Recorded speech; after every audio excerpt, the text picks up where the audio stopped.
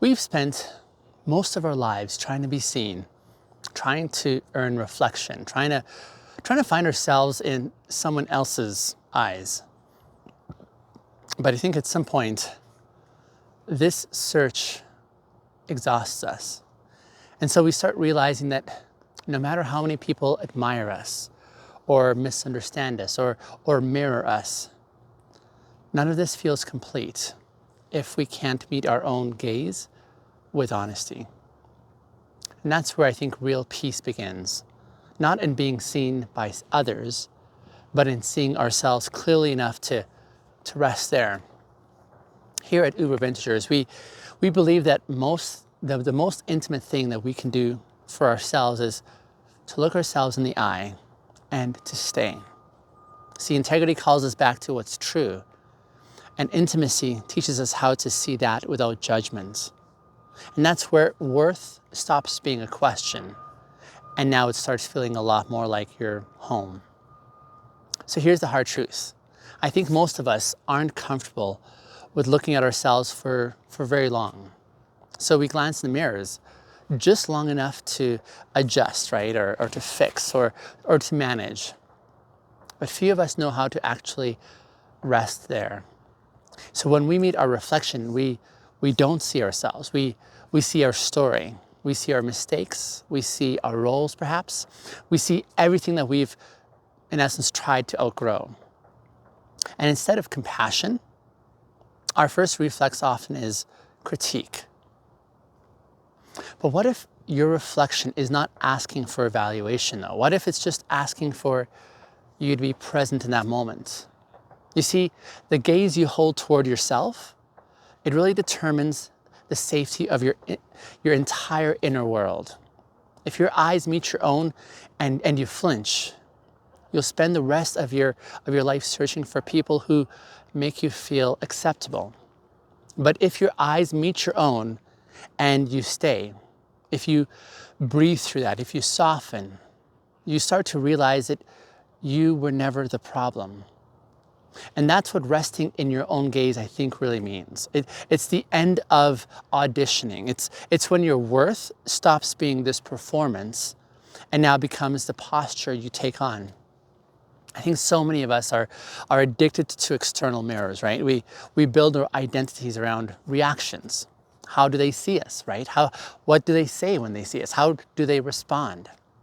And even our own healing, I think, becomes performative when we're secretly doing it just so that we can be approved of.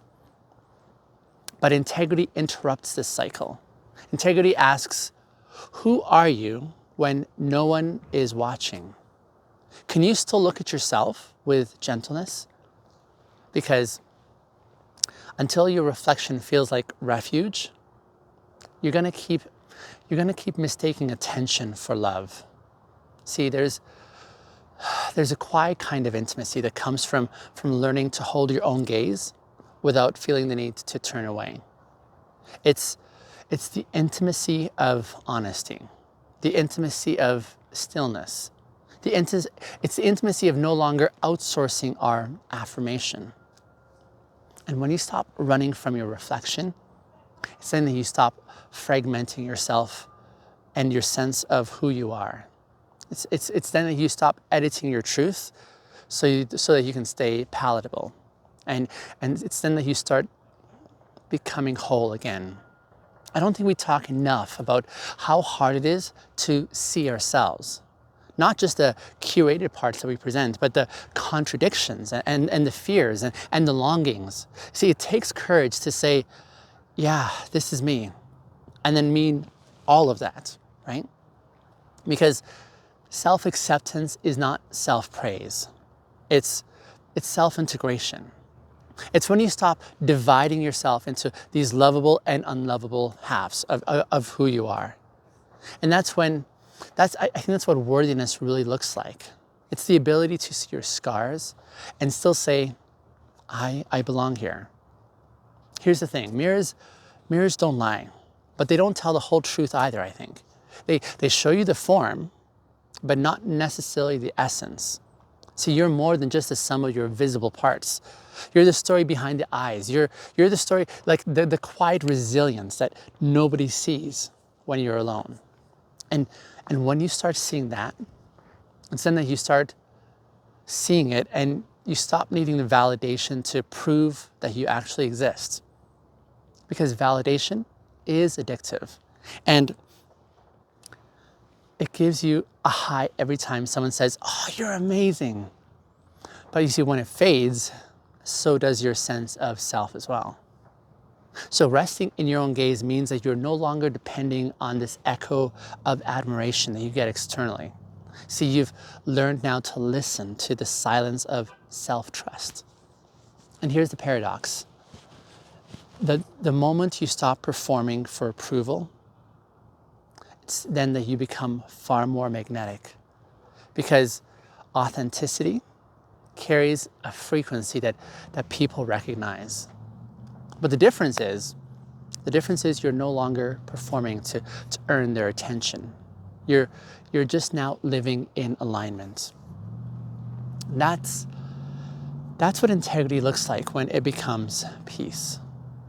And peace is what happens when you finally feel safe in your own eyes. I mean, think about the way, for example, a parent looks at their newborn. There's no achievements there. There's no resume. There's no perfection. There's just the presence of this little one. That's what your gaze was meant to be toward yourself.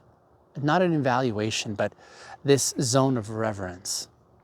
And when you can hold your reflection with that kind of tenderness and gentleness, healing stops becoming something that you chase and now becomes a space that you inhabit. It's not that you stop growing, it's that the growth stops being punishment now. And you start making peace with the fact that you're not a project. You're a person, a living, breathing, evolving person who deserves gentleness, even when you're still in your zone of becoming and evolving. And in that space, worth is no longer fragile. It's now steady. It's rooted. It's yours. So resting in your own gaze is not an ego. This is what I think integration looks like. Ego would say something like, "Look at me," whereas integration would say, "I see me." And when you rest in your own gaze, you stop now needing others to constantly reassure you that you're okay. And it's now that you begin living like someone who actually knows that their own reflection is sacred. So, the next time you look in a mirror, don't rush to adjust something. Don't immediately analyze what needs to change. Just take a moment and look. I mean, like, really look. Let your eyes soften as you see yourself. Let your breathing slow down. Notice a person who's still standing there after everything you've survived that's brought you to this moment. That's you. And you're still here. And you're still worthy. This is not about self-love slogans or mirror affirmations. This is about intimacy with your own being. It's about the moment that you realize you don't have to fix yourself before you're allowed to feel peace. You can actually rest in your own gaze, even while the healing continues. Because healing was never supposed to be the prerequisite for your worth. It's just how you remember it. When integrity leads your vision, you stop editing now your story for applause. It's now that you start seeing your evolution for what it is. This sacred evidence that you're alive. And when intimacy deepens, your reflection now becomes familiar again, because now you're finally being honest about who you truly are. And I think that's what belonging to yourself could feel like, where there's no flinching and there's no pretending. There's no need for an apology. It's just truth. There's a calm that settles when you reach this place. And in this calm, you no longer panic when people misread you. You no longer have to chase these explanations for being misunderstood. You just realize that not everyone has earned access to your mirror. And that's freedom. Because peace does not depend on being fully seen by others. It just depends on your capacity to no longer need to hide from yourself. Resting in your own gaze is like an act of reclamation. So it's you saying, I'm done with seeking permission to exist. It's the end of the self-abandonment that's disguised as humility. And it's now that you stop waiting for someone to crown you and say that you're valuable. And it's now that you start realizing that you already were. You were already valuable even before anyone noticed. And that's when everything changes. It changes how you move, how you take up space in this world, how you speak, how you choose, how you no longer orbit around other people's comfort zones. You're now building from your own center. And here's something I think that most people never get a chance to experience or learn, and that is that your worth was never dependent on actually being seen accurately. It was dependent on being seen honestly by yourself.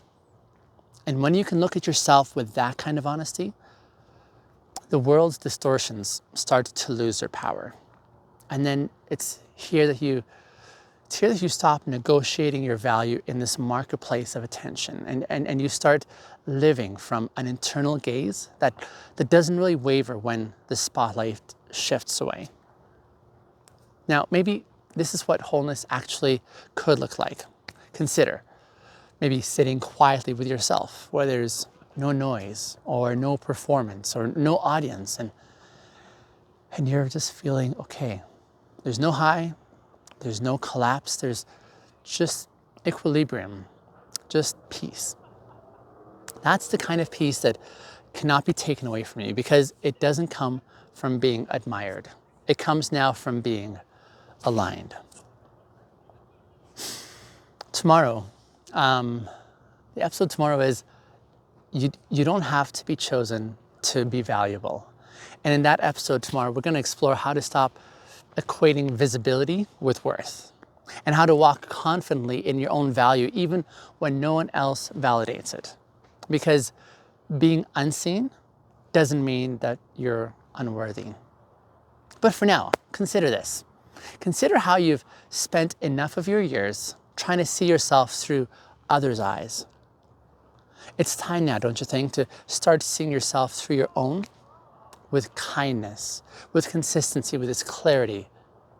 This is when you start experiencing what rest in your own gaze really means. You no longer fear the mirror anymore. You've made your peace with your own reflection. And in the midst of that, you've remembered that your worth was never waiting to be seen. It was waiting to be recognized. Thank you for listening to this episode of Bintegers. Join me again tomorrow, won't you? Until then, you got this.